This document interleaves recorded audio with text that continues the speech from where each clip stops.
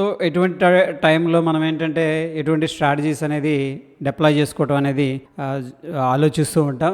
This case ఏంటంటే మనం ఇక్కడ చూస్తే వెరీ సింపుల్గా ప్రస్తుతం ప్రైస్ మీద మనం ఫోకస్ చేసుకున్నట్టయితే ప్రీవియస్గా 44,000 లెవెల్ దగ్గర అయితే ఒక సపోర్ట్ అనేది తీసుకుంది.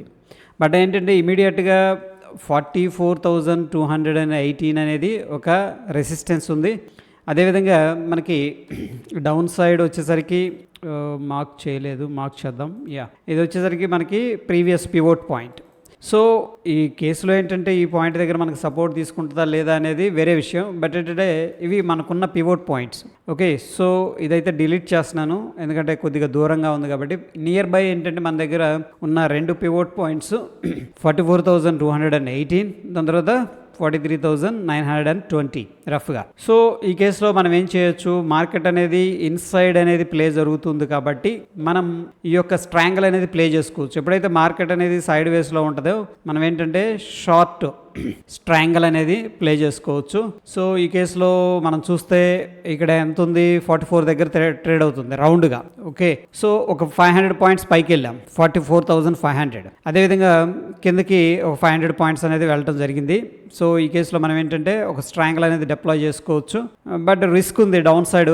మార్కెట్ అనేది ఒకవేళ కిందకు వస్తే కూడా, ఎందుకంటే సపోర్ట్ దగ్గర ఉంది, సపోర్ట్ బ్రేక్అవుట్ అయితే కిందకు వచ్చే అవకాశం ఉంది.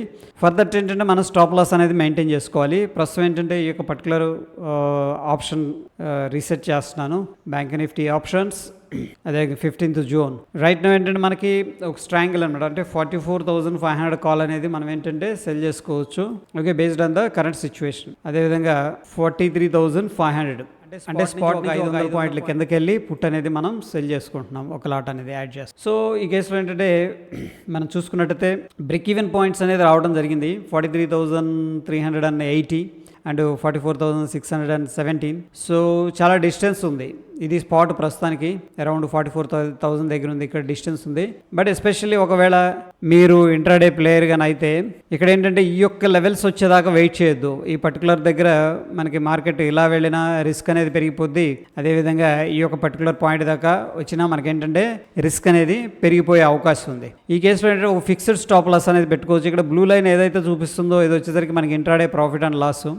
సో ఈ కేసులో ఫర్ ఎగ్జాంపుల్ మొత్తం ప్రాఫిట్ ఎంత ఉంది మనకి రావడానికి, ఎక్స్పైరీ దాకా ఉంచితే ఇది దగ్గర దగ్గర 2% రావడం జరుగుతుంది, 3,000 అనుకుందాం రఫ్గా. సో ఒకవేళ ఇంట్రాడేలో మనం ఒక లైక్ 200 పాయింట్స్ దాకా మనం డిస్టెన్స్ అనేది వెయిట్ చేయొచ్చు, ఎదురుగా అప్ సైడ్ కానీ డౌన్ సైడ్ కానీ.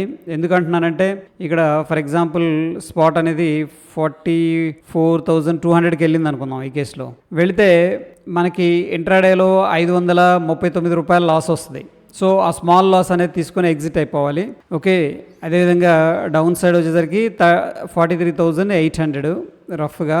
సో ఈ కేసులో మనకేంటంటే 441 అనేది లాస్, మినిమం లాస్ అది. Okay, based on the capital 0.3% something అలా ఉంటుంది లాస్. ఓకే, సో ఒకవేళ 0.5% మనం డిప్లాయ్ చేసిన క్యాపిటల్లో 0.5% అంటే 750 రూపాయలు. ఇక ఇది మ్యాక్స్ లాస్ అనుకొని ఈ యొక్క స్ట్రాటజీ అనేది డిప్లాయ్ చేయాలి. బట్ రిస్క్ రివార్డు అనేది ఇంట్రాడేలో ఎప్పుడు కూడా ఏంటంటే మనకి ఫేవర్గా ఉంటుంది. ఎస్పెషల్ ఏంటంటే ఫ్రైడే కానీ మండే కానీ థీటా డికే అనేది చాలా తక్కువగా ఉంటుంది. ఫ్రైడే మండే బట్ ఎక్కువగా ఉంటాయి ప్రీమియమ్స్, బట్ థీటా డికే అనేది చాలా తక్కువగా ఉంటుంది. సో ఇది ఒక దృష్టిలో పెట్టుకుని ఏంటంటే మనం కంప్లీట్గా ఈ యొక్క పాయింట్స్ వచ్చేదాకా వెయిట్ చేయకూడదు. ఇంట్రాడేలో ఏంటంటే లాస్ వస్తుంది, ఎందుకంటే మనం ప్లే చేసే కోసం. ఒకవేళ మనం పొజిషనల్గా తీసుకోవాలంటే కూడా తీసుకోవచ్చు, బట్ ఏంటంటే ఇది అన్లిమిటెడ్ రిస్క్ ఉంది డౌన్ సైడ్.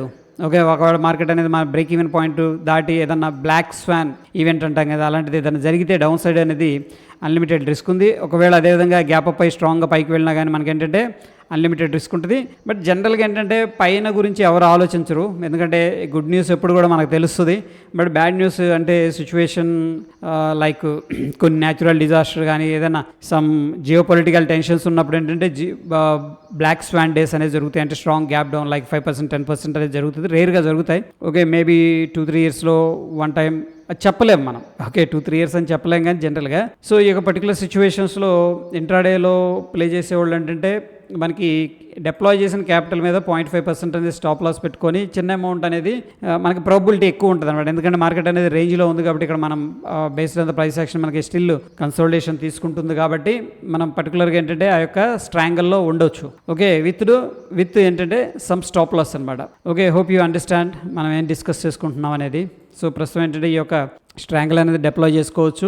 ఒకవేళ మార్కెట్ ఈ యొక్క ఇంపార్టెంట్ లెవెల్స్ దాటి కిందకు వచ్చింది అనుకోండి, మనం అనుకుంది ఏంటి ఒక 200 పాయింట్స్ డౌన్ సైడ్, 200 పాయింట్స్ పైకి మనకున్న ప్రైస్ నుంచి, దెన్ ఏంటంటే better to role over position. Okay, role over చేసుకోవచ్చు, అది తర్వాత డిస్కస్ చేద్దాం. Yeah, that's it, thank you. Still ఏదైనా డౌట్స్ ఉన్నా సరే కింద కామెంట్ చేయండి, షూర్ ఏంటంటే నేను ఆన్సర్ ఇస్తాను.